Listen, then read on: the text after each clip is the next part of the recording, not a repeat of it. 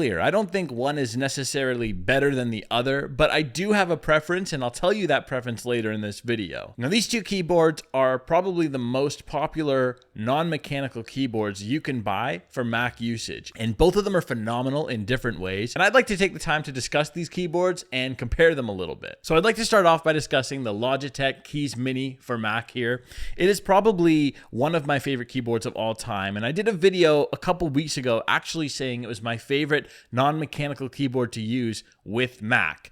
And the main reason for that was because of the typing experience. It just felt really nice to type on. There's a 1.8 millimeter travel distance, which is just perfect. And it has the circular indent on the keys. So whenever you press a key, it just feels very natural. It feels very right, if that makes sense. The typing experience is also a little bit soft. I was going to use the word mushy because that's kind of accurate, but that sort of has negative connotations. It's a good mushy. It's not a bad mushy. It feels soft to the touch when you depress the key, and I really like the way that it feels overall. Today's sponsor is Remotely, a next generation remote access tool. It supports 4K at 60 frames, and it even supports HDR. It's low latency, which makes it great for PC gaming, and it's supported on all recent versions of Windows. It supports session recording and voice chat, and it allows you to mark up web pages. It also has a very active community forum where you can post up your issues and get solutions in the same day. All transmitted data is encrypted using AES 256, so it is extremely secure. There's a strong 14-sign connection ID, which makes it virtually impossible to guess. You also have the option to brand the quick support tool with your company brand and logo, and there's an advanced mobile application that allows you to use your tablet as a terminal. And currently there's free licensing for both business and personal usage, so you have nothing to lose. I've been using this software now for a couple weeks and I'm very happy with it,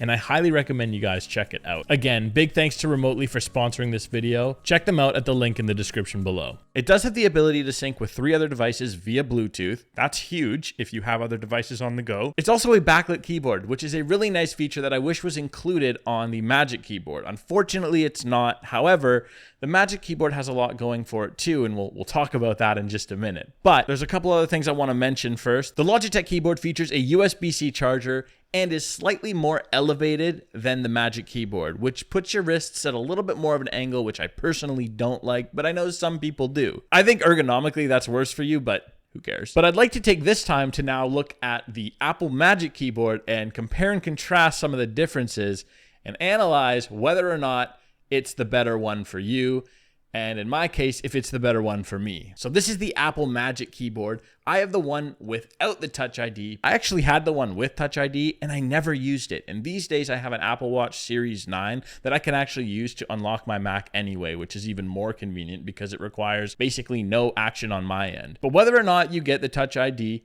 doesn't really matter because the typing experience is identical on both of these keyboards. So in terms of typing experience, I really like the Magic Keyboard. In fact, I like it more than the MX keys, and I'll talk about that in a second, but I also want to talk a little bit about some of the other features. So this keyboard uses a lightning charger, which is slightly unfortunate, especially since everybody, even Apple, is moving towards USB-C, but I have a bunch of lightning cables on hand. It's not really a big deal. Plus, this battery lasts for months without a charge, at least in my use case. And I love the build. It's a metal build. It feels really sturdy and really solid, yet really light. And the reason that I prefer the typing experience more is because while the travel distance is a little bit more shallow and measures roughly 1 millimeter, I actually prefer it. It's a lot more clicky and the keys are less wobbly. Another thing that I greatly appreciate about both of these keyboards, but more so the Magic Keyboard, is how responsive they are in terms of waking up my Mac and Bluetooth connection. Now, I do wish that it supported multiple devices. I would like to use it on my iPad and sometimes on my MacBook instead of my desktop Mac. But at the same time, I have Apple's Magic Keyboard for my iPad, and I also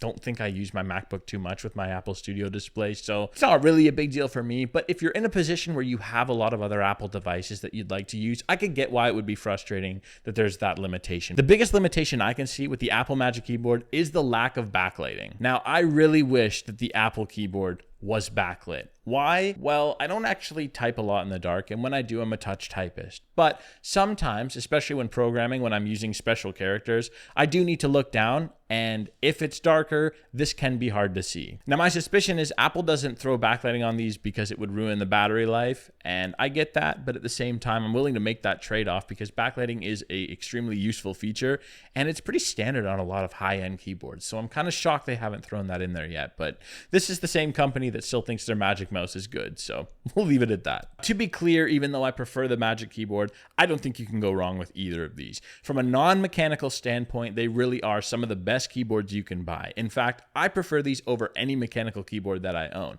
And the main reason is because my typing accuracy and speed is incredible with these. Here is a typing test of both of these keyboards so you guys can get a better idea of how they sound.